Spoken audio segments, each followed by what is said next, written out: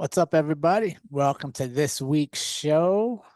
You're watching you're watching the episode. You'll notice a little different background this week, and that is because we're actually back in Cheyenne, Wyoming, visiting our Andrea's mom, or my mother-in-law, and I'm recording from my father-in-law's office. If you listened to the episode a couple years ago, you know he passed away. It was called Showing Up.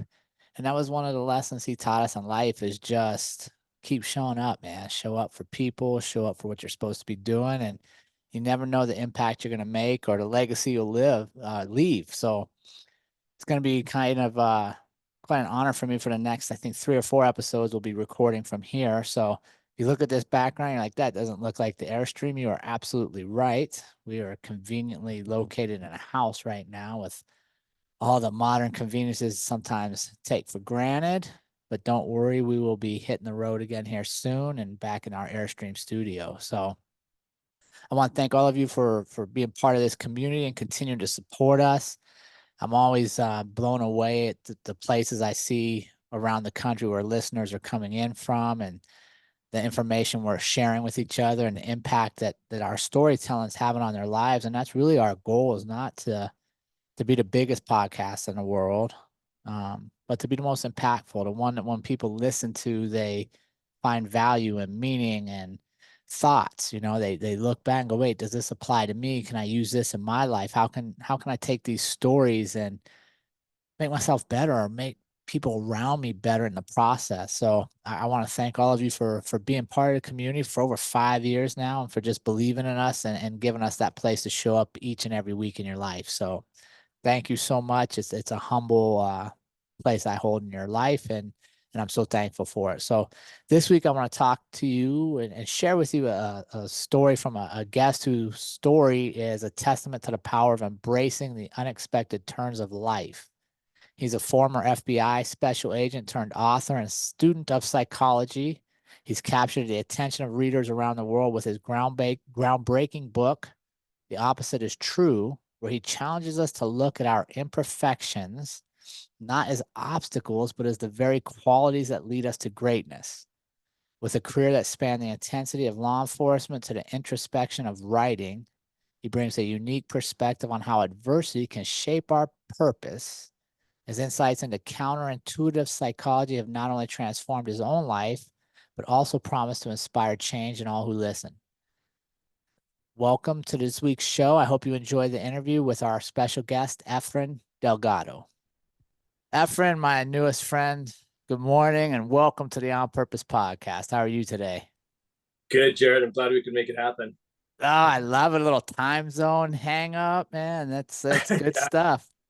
For your audience, it was all my fault. I switched it. So Well, my audience will know, Efren, that I firmly believe anything that happens in life is always our own fault as well. So it's true. there we go. There's no blame to be placed, man. It's just growth, and it's just meant to be, right? It's a little more difficult. So that showed us that, like, we're definitely supposed to be here. We're supposed to work through an obstacle.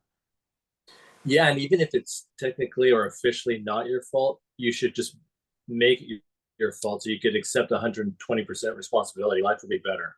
Oh, I love it. Yeah, absolutely. That's kind of how we live life. I'm pulling up your stuff here. I'm excited to get you on. We got some good stuff to talk about with you. And one of the things that really drew me to you, Efron, as I saw your stuff coming across my feeds, is your thought process is the same as mine, and that is that the bad things and the good things that happen to us in life are equally important in shaping our future if we look at that, right? And we understand, like, okay, this is maybe a setback or something I didn't want to happen, but what is the lesson going to be here?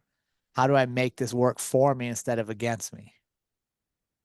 Yeah, and I had a sentence that I put on the back of a business card, but I didn't think of it while I was writing the book. Otherwise, I would have thrown it in the book. But it's essentially adversity is the catalyst to purpose, action, and success. Mm. And I just think that it's so true. And to illustrate a lot of my counterintuitive points in the book, I use real stories of people who've been through hell, gone through it, and then accomplished amazing things in their lives, like Marcus Aurelius, Elon Musk, Abraham Lincoln. You could go on and on. Yeah. And the most amazing people in our human history went through hell, and they accomplished so much with that. But that was a choice. So, we could dive into I that, love but it. impressive. Yeah, and I'm excited to talk more about your book. The opposite is true, but Efren, this is kind of like a workout show. This is a mental workout for our community, and I don't want you to just jump right into the heavy lifting without a warm up. I can't have you getting injured first thing in the morning, my friend. I So love I got to get you warmed up. Are you ready for this? Yeah, let's do it. All right, here we go. Coffee or tea? Coffee for sure. What kind of coffee? I do bulletproof coffee, which Mm. is essentially coffee with coconut oil, Yep, real butter, yep. a, a dash of cinnamon, 4 dashes of cayenne pepper. And when I'm being bad, which is pretty often, I'll throw in some honey. Uh, see, I love coffee and I love hearing how people drink their coffee so I can steal their drinks. Well, when I'm really being bad, I also add some chocolate in there. So much for the health, but it Yeah, but wakes me up. are you doing cacao, like good chocolates? No, I do the bad stuff. Oh, okay, yes. I have some cacao that we throw in ours, and that makes me feel better.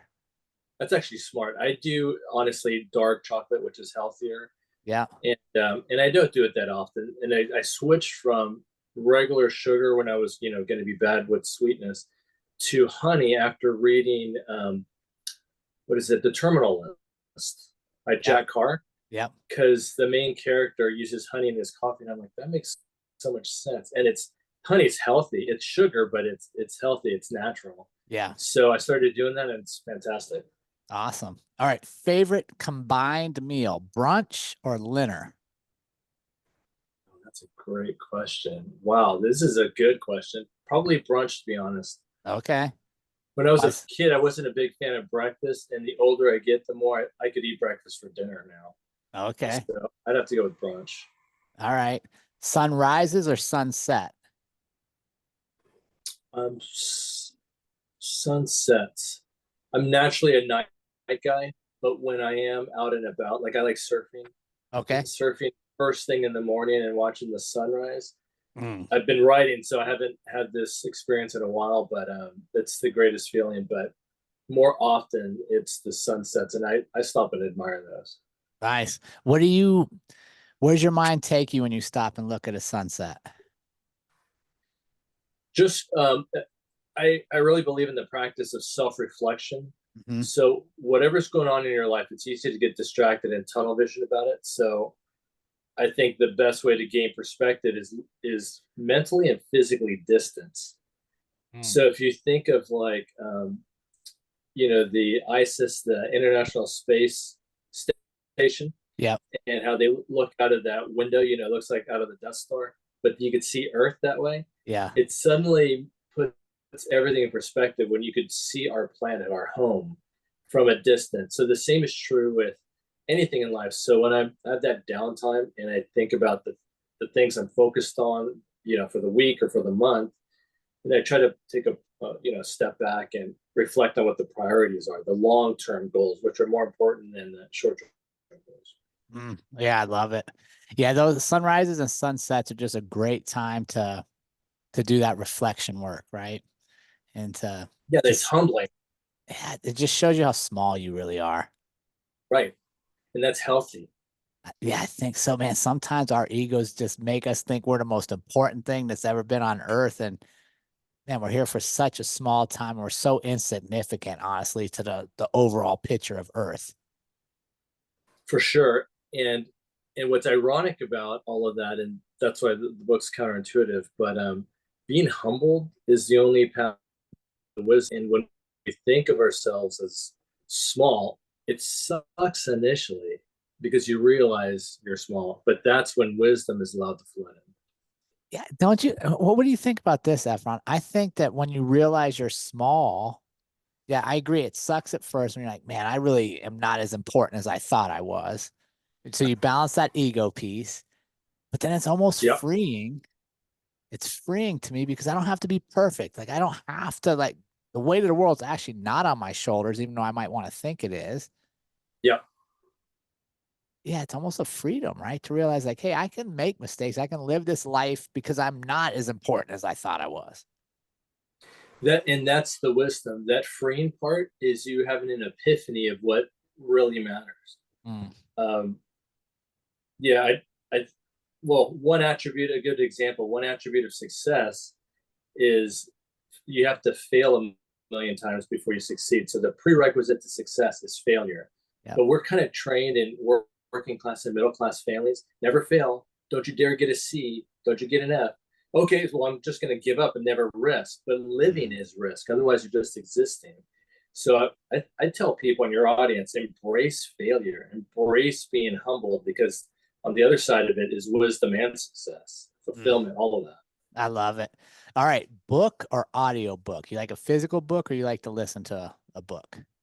I enjoy a physical book, but with time being an issue, I think people, including myself, are embracing audiobooks when we're commuting, traveling, whatever, just because of time. But if time wasn't an issue, I would choose a physical hardback.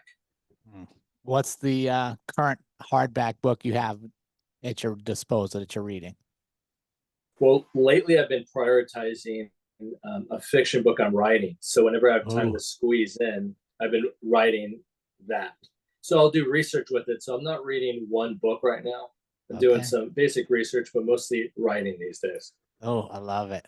All right, Efren, you got to get your mind right. You got something that's weighing on you, man. You're like, I got to get this right. You go to silence or do you turn on some music to facilitate the thoughts? Silence. And if I do music, it'll be Baroque classical. Or, Anything outside of Baroque is distracting, but Baroque is mellow. It's like J.S. Bach or Vivaldi and that kind of mellow classical okay. And if you're silence, what are you doing? writing. You okay, you write out the thoughts and stuff to solve the problems. Yeah, that's typically the thing. If I'm just kind of meditating or praying, I'll probably be in the car or right before I'm going to sleep. Enjoy a moment of silence for that. Yeah, and first thing in the morning, kind of thing. Okay, nice. You feeling warmed up, my friend? Yeah, I'm stretched. You're good and limber. You ready to hit that first wave of the day then? Yeah, the dendrites are like all loosened up. Thanks. Awesome. Hey, Efren, I wanted to start the conversation with, you were a former FBI agent and you turned into a student of psychology and now you're an author of The Opposite is True. I wanted to start with that transition piece there because I think that's something I really want to share with the community is it's okay to make pivots in life. It's okay to have worked to obtain a dream, but still allow yourself to have another dream to shift gears. So Yeah. when did you know it was time to switch gears? And more importantly, how did you balance that status, right? Because sometimes, especially in law enforcement or anything that has a uniform and status, one of the big reasons we may not pursue that next dream is losing the status and the ego that comes with the current dream. Right. So how did you balance that? And what kind of process did you go through to say, hey, I'm gonna bet on myself, walk away from this and go this route because this is what I really want to do? Well, I'm a big proponent in truly living life. And the way I define living is risk. So if you're not risking and making yourself uncomfortable to some healthy degree, then you're just existing, sucking up air. And before you know it, your life will be gone. You'll be on your deathbed wondering, what did I do with my life? So I'm a big proponent of getting uncomfortable and pursuing what you're called to do. And your audience members, they know for themselves. It shouldn't be told to you. It should come from you or from God. Um, so what I found for myself was my long-term North Star view on my purpose has always been to some degree protecting and teaching. And I've sensed that since I was a kid, but I didn't always trust it. Mm. Because as when you're young, you have doubts, and then you're listening to the adults around you who are supposed to know better. It's not until you're in your early mid 20s, at least for me, that you realize a lot of adults never knew what they were talking about when I was a kid. So I even flash back to a few. moments in elementary school where I got in trouble for talking or thinking for myself or whatever. And I look back as an adult and I was right, they were wrong. And I was a kid. Yeah. So I'm sure your audience could relate to that. And so I kind of allowed myself a healthy rebellion from authority, Mm. not an anarchist kind of rebellion, but just you're allowed to think. And oftentimes society doesn't want you to think because then you're less controllable. And governments don't want you to think, even if they claim freedom. Like, our country, the United States, was founded on that idea of like for the people, by the people, which means free thinking, taking risks, taking your own risk, helping each other out, not depending on the government. And we've lost that because power is a natural corrupter, and it's not just for individuals, but also for entities. Yeah. So to bring it back to your question, my long-term goal has always been to protect and teach to some degree. What I did throughout my life were different methods or vehicles to implement that goal. So it started out with just high school and college education, interest in human behavior psychology, to the National Security Division of the FBI, to the criminal division of the FBI, and then taking a risk of exploring the private sector as a threat assessment bodyguard type, and now taking the risk to get out there in the public and write a book and share all the knowledge and patterns I've observed throughout my life and career. Yeah, I love it. Talk to me about, you said something that's super interesting to me, and that's the healthy rebellion. Because I think Yeah, that's so critical for adults to have, especially as we get a little older and it's easy to kind of just fall into the flow of life and the routine, to have that rebellious side that says, wait a second, no, I want more here. What yeah, am I supposed to be doing? Talk me through that. Like, so you had that as a kid, like you were kind of going to stand up for yourself and question things. Work me through that process as an adult, because sometimes that can come off, it can get you labeled in the workplace, right? Is hard to yeah. deal with. How did you balance that? And when did you know, like, okay, it's time for me to go in on me here? I just think being honest with yourself about the world and yourself is is huge. And most people want to live a life of mediocrity. They won't admit it, Mm. but they worship comfort, and I get it. Comfort is awesome. Pie and cheeseburgers is awesome. Couches and Netflix, awesome. I get it. Like I'm there. That's my default. But the salmon swim upstream to lay eggs and then they die. Living Mm. is worth dying for. So anything with purpose or meaning or fulfillment requires effort, fighting gravity, fighting the norm, swimming upstream, all those uncomfortable things. So right now, your audience is like, well, that sounds like a pain in the ass. I'm not buying this. But fulfillment is on the other side. Meaning is on the other side. And you'll be on your deathbed chilling with your hands behind your back saying, that was awesome. As opposed to saying, I did what everybody told me. I went with the flow and I atrophied all my life and now I'm on my deathbed, but Mm. whatever. Like that sucks. Yeah. You only live once. So I think that rebellious streak is simply thinking critically about things, questioning things. Not Don't rebel for the sake of rebellion because that's ego Yeah. or that's following some cheesy movie character, but rebelling whenever you see something wrong. And I'll give you some, I think extreme examples are always a good way to understand things. So when when people are trying to just get along for the sake of getting along, not ruffle any feathers, people often say, don't speak about religion or politics because it'll ruffle feathers. Well, that's the tyrants and the cultures and the people who want to control you who are preaching, don't talk about religion or politics. Those are two vital things about humanity, religion Yeah. and politics, God and laws and who's in authority. So let's talk about those things. Yeah. So you're less controllable when you can think for yourself. And when you start thinking and talking about religion and politics or other important things, suddenly people will start to question and they're less controllable. So it helps you and it helps society. When you don't do that, you're very easily controllable. You'll be comfortable, But next thing you know, you'll be asked to kill a Jewish person because they're Jewish, or a black person because they're black, and you'll be in Nazi Germany kind of a scenario. And you're out of practice of that rebellion, or you're out of practice of questioning authority. So an example I give in my book, just to warm people up, is when it's 3 a.m, there's no traffic, and you're at a red light and you want to make a right, and the sign says no right on red, please make a right on red. You just practice. Yeah. You know, so that one day when you have a gun to your head and say, kill this kid because he's part of so-and-so family or a religious organization, rebel, choose death over doing an evil, violent act, for example. Yeah, that those are great examples, and I 100% agree that the less we practice critical thinking, the less we practice having hard discussions, or the less we practice listening to a viewpoint that maybe isn't our own,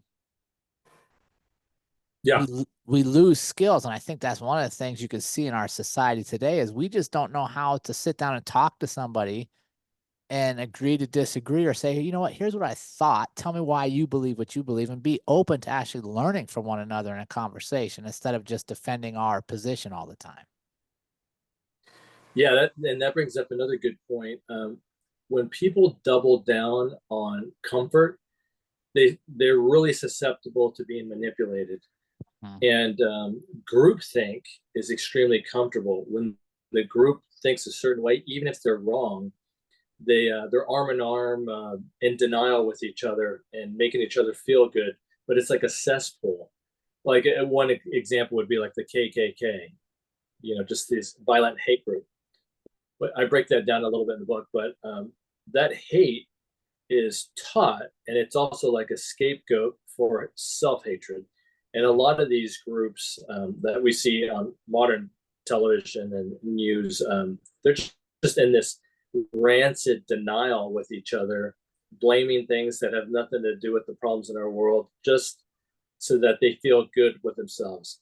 So what's ironic is when you start to give them nuggets of truth, cognitive dissonance, it's like a cattle prod in your side. And they literally hate you for making them think about the reality, and which goes against their emotional delusion. So a lot of those people, the red flags or the indicators is they're very miserable, so they're very loud. It's like a chihuahua barking at the doorbell.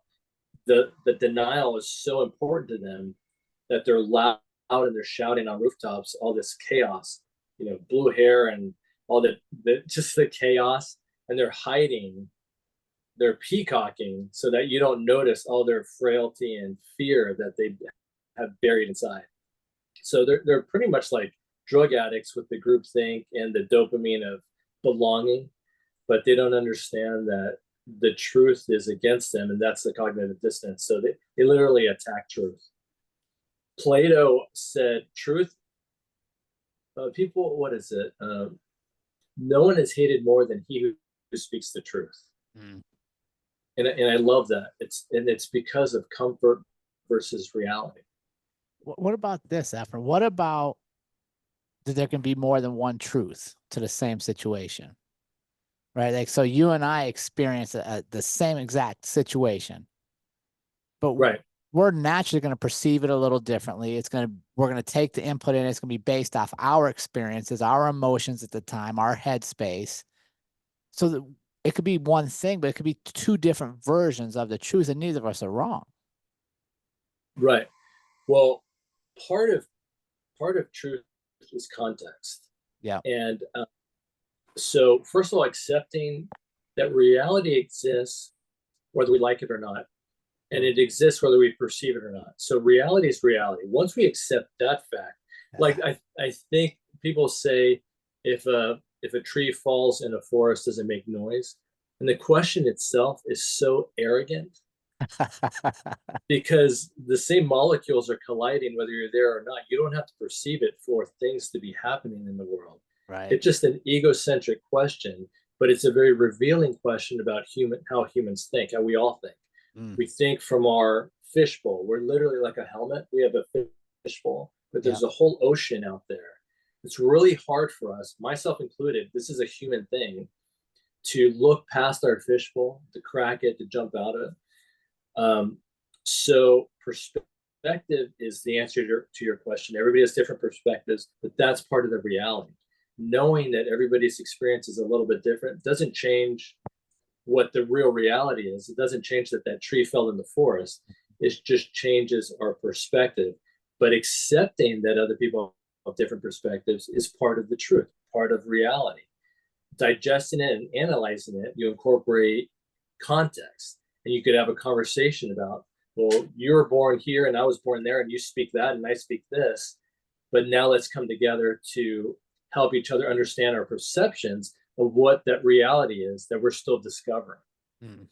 Yeah, I love it. And I love that analogy about the tree and the forest, because I think that parallels kind of into the next question I want to talk to you about. Because say that tree that falls in the forest is just your dreams, right? If my dream falls in the forest and I never pursue it, does anybody hear it? Does anybody know that I had this dream, right? Because I'm not sharing it with the world. I'm not leaning into it. So when did you lean into like, okay, I'm gonna write this first book. I'm gonna take a risk and put this out there because I believe it's important to share with the world. And it's a dream I had. Now I'm gonna follow all the way through on it. When did you make that decision?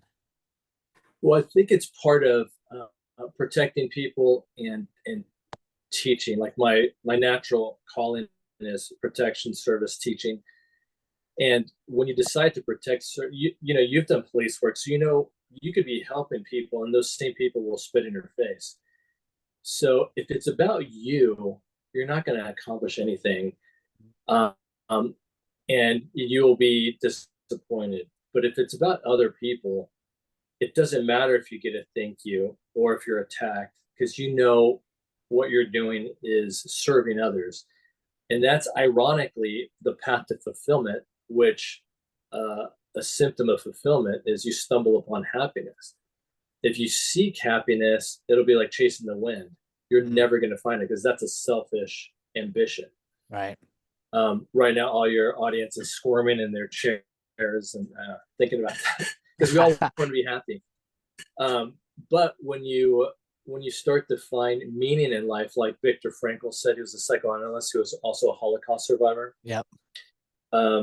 He contends, and I agree with him, that it's meaning that gives fulfillment in life, not sex, not money, not all these other claims that people make. It's meaning, and meaning is counterintuitively achieved through service and accomplishing things for others. Yeah, I think that's what. So I think I went down a rabbit hole. What was your original question? Yeah, so that led you to writing the book and saying, I got to get this out. Because I think there's so many people that, like, I want to be an author. I have this story to tell. Like, I think this is going to be great. And they never put the pen to the paper. They never hit send to get it out to an editor. So your belief in that like, wait a second, this is important. I'm going to put it out here and I'm just going to take whatever the feedback the world gives me. Yeah. And the book is not for me. It's for others. So I've gotten some sage advice from other successful writers, and what I gathered from that was I wrote two things on a little sticky, and it's still on my iPad that I'm talking to you through. And it's number one, reader first, and number two, not boring. So the whole book for any author, whether it's fiction or nonfiction, it has to be about the reader. If it's about the author, you're going to bore them to death. Nobody's going to be interested. So it has to benefit the reader is rule number one. Number two, not boring means it either has to educate or entertain. And the best way to educate is to entertain. Yeah. And the best way to entertain is to evoke emotion. So what's more emotional, whether it's happy, sad, angry, mad, whatever, than reality? So, truth is stranger than fiction. So using real stories from these amazing people in the world illustrate all my points. These aren't just my opinions. Yep. These are patterns I've recognized of real successful people who have been through hell, who have experienced adversity. But when you work out, you tear muscle for increased strength. It's the same with life. When you experience the mud of life, you learn to balance and overcome that. that mud, you know. Yeah, and I love that because in the mud is where our growth is going to occur, right? In the mud is where the struggle takes place. And Yeah. one of your things is embracing your flaws and turning your imperfection into strength. So talk us through an example of that, where what you learned about yourself and what our community can look for and go, okay, wait a second, maybe this thing that happened to me or in my past is actually supposed to be benefit me, and I need to shift my perspective. Yeah, that goes back to the humility is the only path to wisdom. So one thing I could guarantee about myself, you, your audience, my readers, is we're all, if you're human, you're mortal. If you're Mm, mortal, you're imperfect. So you've got insecurities, weaknesses, flaws, all of that. So it's so easy, and the evil people in the world will capitalize on that and just try to make you feel like you're worthless. But the opposite is true. It's what makes us human. So um, just like every success has the prerequisite of failures, you learn when you fail. You learn from your weaknesses or your vulnerabilities. You learn when you're abused and oppressed. And even if it's as simple as, I'm never going to do it that way, like my alcoholic parents, or, or, or like that terrible boss, or the teacher that, you know, you just could go on and on and on. So free will really matters. You don't have to do what other people say you need to do. You could freely think for yourself, but all that takes courage and vulnerability and risk. So I just think reflecting on anything that's happened to you negatively, you could grow from it.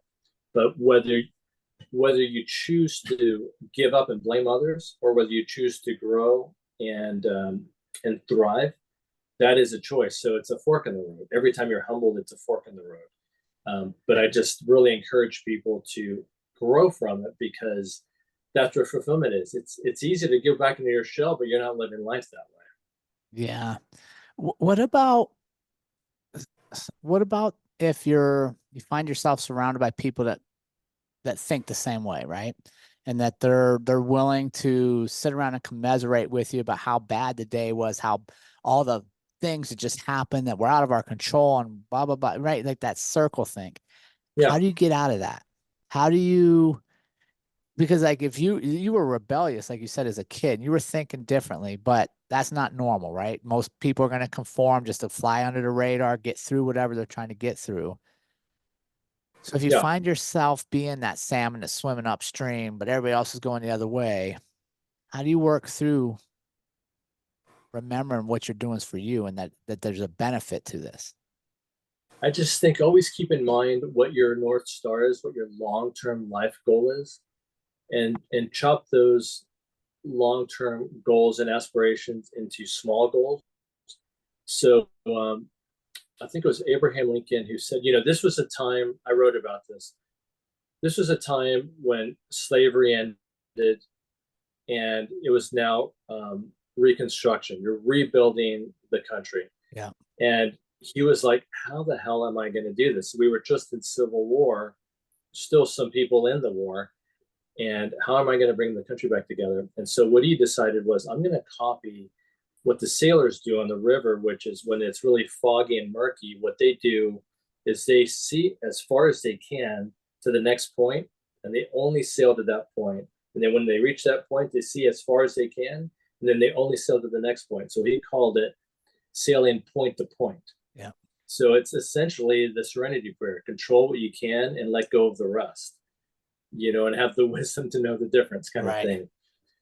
So association osmosis is how I termed the fact that everybody understands the people you hang out with are going to rub off on you whether you like it or not. Yeah. So you might as well be tactical about that and start to put boundaries with the negative people, the people who will only pull you off of your path, and start to embrace and seek out the positive people who will help you on your path. And so that's what I've done, is tactically try to put up limitations and boundaries with the negative people. Sometimes they're family, so it's Yeah. not easy. And sometimes they're people you've known for 30, 40 years.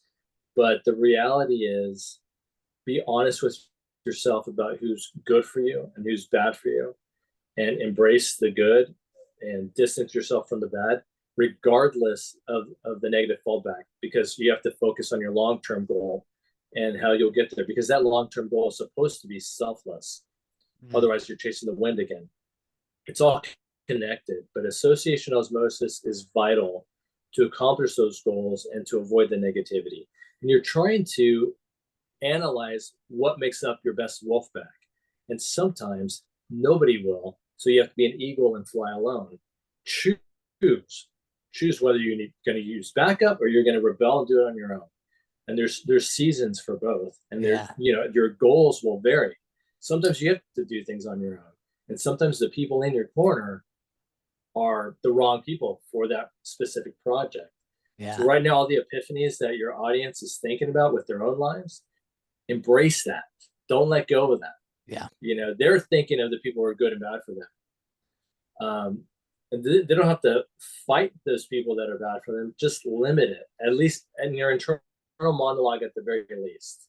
Yeah, I call it the circle of five is what I kind of, right? That's kind of the analogy. You assume the skill, you assume the characteristics of the circle of five, the five people you spend the most time with. And there's different layers, right? Like if I'm working on this project and I need expert authors and researchers, well, this circle of five can be different than my leisure circle of five, but they're all interacting at some point, right? You're all, like you said, osmosis. I'm bringing a little bit of everybody. And boundaries are so critical. It's goal specific. Yeah, it is. And I like how you said tactically, right? Like I'm not just letting people happen chance be in my circle of five if they're not serving a purpose, if they're not helping me feel better, if they're not giving me input, if they're not honest, if I let myself down. And I think that's a place we can all get a little better, is like, are we really managing this? Or are we just letting people in our life, if they just happen to show up and there's no accountability to how they perform in our lives? The path of least resistance is just to comply and try to people please. But that's not, rarely is the path of least resistance the correct path. Yeah. It doesn't mean you want to be smart over working hard, work smart over working hard. And I'm also not saying that comfort and relaxation is bad. It's just you don't want that to be your norm. But part of being tactical is accomplishing your goals and allowing yourself seasons of rest. So it's okay to relax with some television. It's okay to relax with some carbs. You don't have to be perfect. Right. Embrace your imperfection. But part of your imperfection is realizing you need rest. So forgiving yourself, forgiving others, watching TV with some pie, do the things that you need to recover and to have your cheat day from working out or from healthy diet, whatever, and live life a little bit, taste the wine, not just drink the water. But it's all about balance and being tactical. So emotion and logic don't mix. So make sure with every decision you think before you execute the fuel of emotion to execute that decision. Yeah, take me back a little bit. You've referenced your North Star a few different times in the conversation today. So you've been very clear on this is the direction my life's going, and the things I do need to be pushing me in that direction, or I shouldn't be doing them. Right. What would you say to somebody that's listening today? It's like, man, I've just lost sight of my North Star. I can't remember what it is. What ideas would you have for them to find that again, or to get back on the track if maybe they've drifted off path?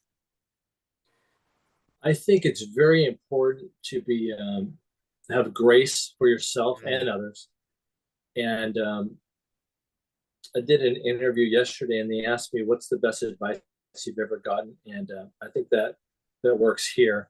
Whereas every minute that passes is another chance to turn it all around. If you're 80 years in life have been in the wrong direction, so you've got this heavy barge that's really hard to turn, you're still allowed to turn it regardless of what society, your parents, your spouse, your kids, what anybody says.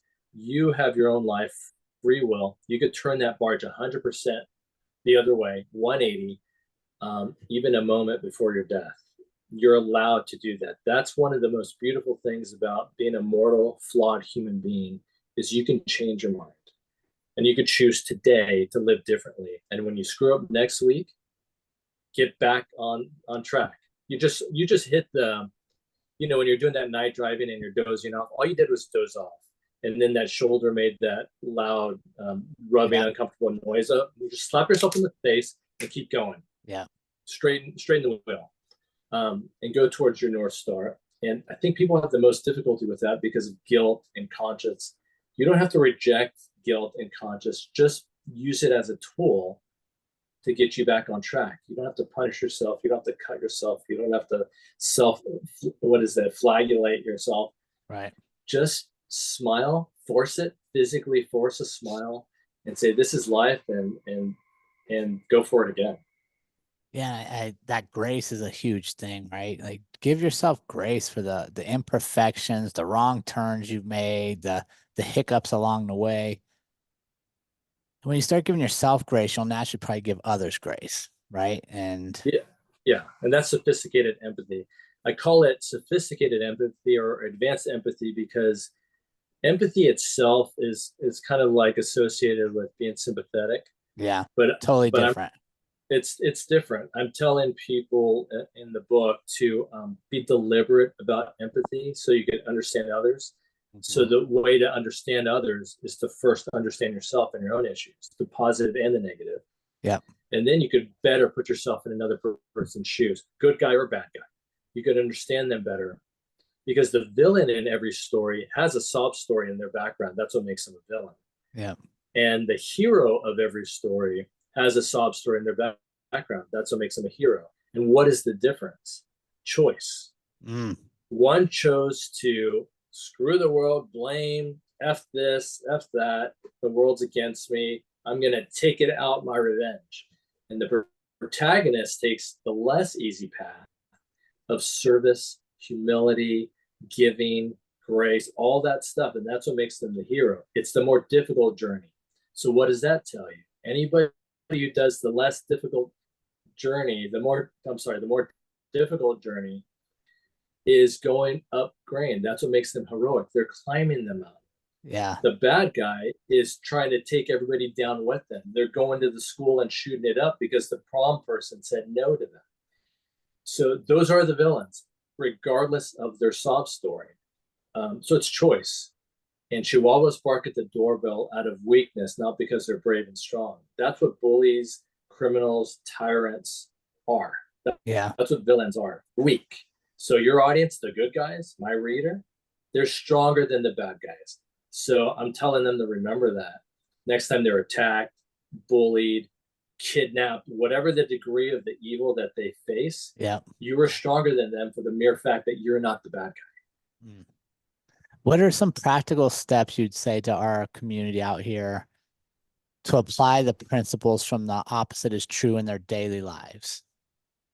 Here's a couple. One off the bat, when you see extreme behaviors that are aggressive and loud, but the context doesn't seem to fit, those people are acting selfishly, egocentrically, and out of a place of weakness, not strength.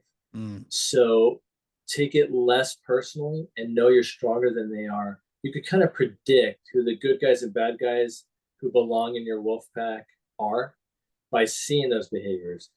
The kindest, most humble people are also the most competent. They've earned your trust, so give it to them. And the least competent, the least beneficial people, the most carcinogenic people in your life, don't feel guilty about putting that boundary up, even if it's a family member, because they're not good for you. So use the association osmosis mindset to strategize who you spend your time with. So that's a way. Recognize those indicators and be honest with yourself about it. Be objective, so that you could plan better. That's being tactical. The second thing kind of blends with it is emotion and logic are like oil and water. They never mix. I devote like 3 chapters to this phenomenon because it's so important. So when there's rain clouds and it's storming with all this emotion, nobody could see each other's points of view. So like a charged argument with a significant other is a great example people could relate to. Yeah. Everybody's emotional, they're hurt and all that stuff. So you can't see each other's logical points of view as long as you're emoting. So as best as you can, calm so that the clouds can clear, the rain can clear, and the sun can come out so you could see the horizon clearly. And then you'll recognize, okay, maybe they had a good point. Maybe I was off there. I was emoting. So the same is true for business deals or battles. Whatever the context is, self-recognize when you're emoting versus when you're thinking. And every decision that's ever made, picking up a pencil or firing a gun, has to be fueled by emotion. So any decision you make, even intertwining your fingers right now, there's an emotional energy behind that. So that's how emotion works. We need it. But what the decision is has to be prefaced by thinking, by assessing, which should not involve emotion. Right. I get the metaphor of the tank. You might have heard this in my feed, but the emotion is the gun on the top of the tank. But if it's pointed in the wrong direction, you could create a lot of destruction for yourself or for society. So turning it in the right direction is the thinking part. And then you could do a lot of good with that powerful gun. Yeah. No, yeah, absolutely right. It's interesting too to take ownership of this, right? And like you've been talking about, is like if there's something in our world we're not happy with, we're like, wait, there's more out here. There's more I'm supposed to be doing. That's your responsibility to go inward and figure out what that is. Yeah. Yeah, it is. And it's hard to do that. So these answers are simple, but they're not easy. Right. But living a full life is not easy. It's easier to go with join the stormtroopers. That's why a lot of good people who joined the National Socialist movement, the Nazis, complied to rules and they became evil. They turned into evil. Maybe they started out, I want to join the government, law enforcement, or intelligence agencies to protect my country. They started out noble. Yeah. But noble people can be corrupted, particularly with power. Power is a natural corrupter, whether it's good looks, money, a gun, a badge, whatever, if you don't insert one ingredient, and that ingredient is humility. It's the only antidote to corruption, being humble. Yeah. And like you said, like just listen to that example, going back what you said earlier, people that joined that party got swept up in the emotion, right? It was a very emotional time. Everything fed off the emotion of fear, a lot of it. And they weren't thinking logically, because I have to say a lot of humans would logically go, wait a second, this is not right. Right. But because they didn't step back into a logical frame of mind for decision making, they just rode the wave of emotion. And because now everybody's doing it, I should be doing it too. And you look at the destruction that causes. There are a lot of heroes in the world that have gone against the grain, and they've been imprisoned, tortured, assassinated because of their rebellion. But you think they regret any of it? Hell no. And those are the people that we watch the movies about, we read the books about, that we aspire to be, but yet we don't necessarily allow ourselves to go against the grain. Well, and that's a choice. So it sounds extreme, but it's really not. Living a good life, you have to be willing to die for it. It really is. And if you make that decision now, when you're just working at a bakery and everything's fine, you'll be ready for when the sky falls. When you don't want to wait till, like, as a former cop, you make the lethal force decision at the academy, not when you're facing a lethal force situation. Right. You have to decide, am I willing to save myself and others by having to stop this violent aggressor? And if you're waiting to that moment to make that decision, it's too late. Action versus reaction, all that stuff. So I'm asking your audience and my reader to choose to live a life beyond mediocrity now, while you're driving your car to work or while you're, in your bed listening to your podcast, so that you'll be ready when the opportunities come. It doesn't have to be this extreme, like life, death, like we're talking about. Those are just to illustrate points. But it's as simple as like, go ask that girl for coffee. Carpe diem. What's the worst? Yeah. What's going to happen? Write the book. Yeah. Take the job interview and be willing to screw it up. Screw it. Yeah. Carpe diem. Learn from it. It's a win-win. Yeah, I love it. And here's the funny thing, right? Is we create these life or death moments in our mind that are huge, right? It's Right. whatever you want to think. But every day is actually a life or death moment, because the one thing we all know is we will all die at some point. We just don't know when. Right. So every And day if you don't know that, by the way, you're the villain. right, right. Every day we choose not to live, not to do the things that get us excited, to get our heart racing, to fill us with love and joy and fulfillment, which leads to happiness. Every day we choose not to do that, or to say tomorrow. Right. And that passion is energy. Emotion is what human energy is, what it is. It fuels our battery cells. So the hack to get that energy, I love coffee, but it's not caffeine. It's an idea that is fueled by the passion of your North Star. So be honest with yourself about it. And the hack is, your North Star is probably something related to selflessness, not selfishness. Yeah. So a lot of people who are very successful are miserable because they're getting a lot of their selfish goals accomplished because they're smart and competent and all that stuff. But ironically, doing things for others is really what gives you that emotional fuel about living life, that fulfillment. Yeah, I love it. Efren, what a great time to wrap up. And I want to thank you so much for joining us today. Where can our community follow along on your journey and support you in your goals? I guess the easiest way is my website, efrendelgado.com. That's EFREN Delgado.com.